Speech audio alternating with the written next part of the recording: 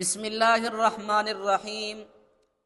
سامعین ذی قدر، استاد محترم، متکلم اسلام حضرت مولانا محمد الیاس گھمن دامت برکاتہم العالیہ نے عبادت کی تعریف کی ہے جو انتہائی شاندار اور بہترین ہے۔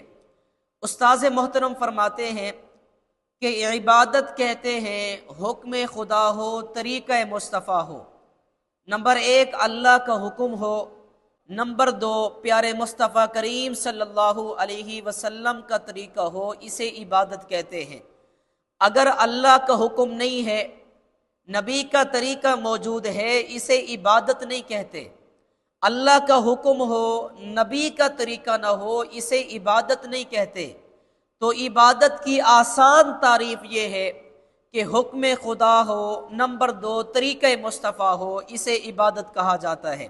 ہم بیت اللہ شریف کا طواف کرتے ہیں، بیت اللہ شریف کے ارد گرد چکر لگاتے ہیں، اس پر ہمارے پاس اللہ کریم کا حکم بھی موجود ہے، نمبر 2 پیارے مصطفیٰ کریم صلی اللہ علیہ وسلم کا طریقہ اور عمل بھی موجود ہے۔ ہم بیت اللہ شریف کا طواف کرتے ہیں، اس کی بنیاد ہمارے پاس اللہ کا قرآن۔ ہم بیت اللہ شریف کا چکر لگاتے ہیں، دلیل اور وجہ ہمارے پاس مصطفیٰ کریم صلی اللہ علیہ وسلم کا طریقہ موجود۔ اب آپ حضرات نے ایک پیر صاحب کی گفتگو کو سنا، اس ویڈیو کلپ کو عماد عامر قریجہ اس نے بھی اپنی آئی ڈی پر ڈالا ہے۔ یعنی یہ سمجھتے ہیں کہ ہمارے پیر صاحب نے ایک ایسی وزنی اور مضبوط دلیل دی ہے، اگر آسمانوں سے حضرت جبریل بھی اتر آئے تو ہمارے پیر صاحب کی دلیل کو نہ توڑ سکیں۔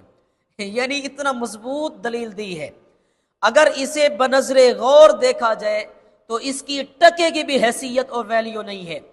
کہتا ہے کہ تم طواف کرتے ہو بیت اللہ شریف کا، تم بیت اللہ شریف کے ارد گرد چکر لگاتے ہو، حالانکہ یہ بیت اللہ تو نہیں ہے، یہ تو غیر اللہ ہے۔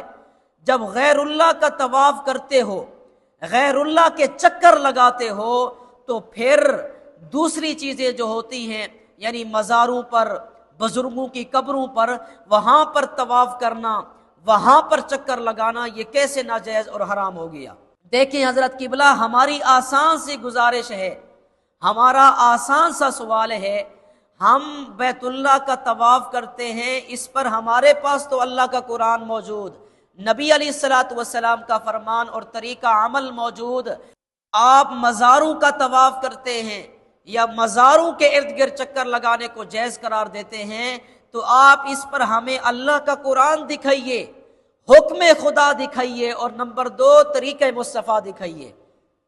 اللہ کا حکم دکھاؤ، اللہ کے نبی علیہ الصلوۃ والسلام کا طریقہ دکھاؤ۔ ہم اہل سنت ہیں، ہمیں نبی کی سنت کافی، ہمیں نبی کی سنت سے محبت ہے، اور سنت کہتے ہیں نبی سے محبت نبی کی پسند کے مطابق، اور بدعت کہتے ہیں نبی سے محبت اپنی پسند کے مطابق۔ اللہ کریم سے دعا ہے کہ اللہ رب العزت ہمیں نبی علیہ الصلوۃ والسلام سے سچی محبت عقیدت نصیب فرمائے، اور حضور کی سنتوں کے مطابق زندگی گزارنے کی توفیق نصیب فرمائے۔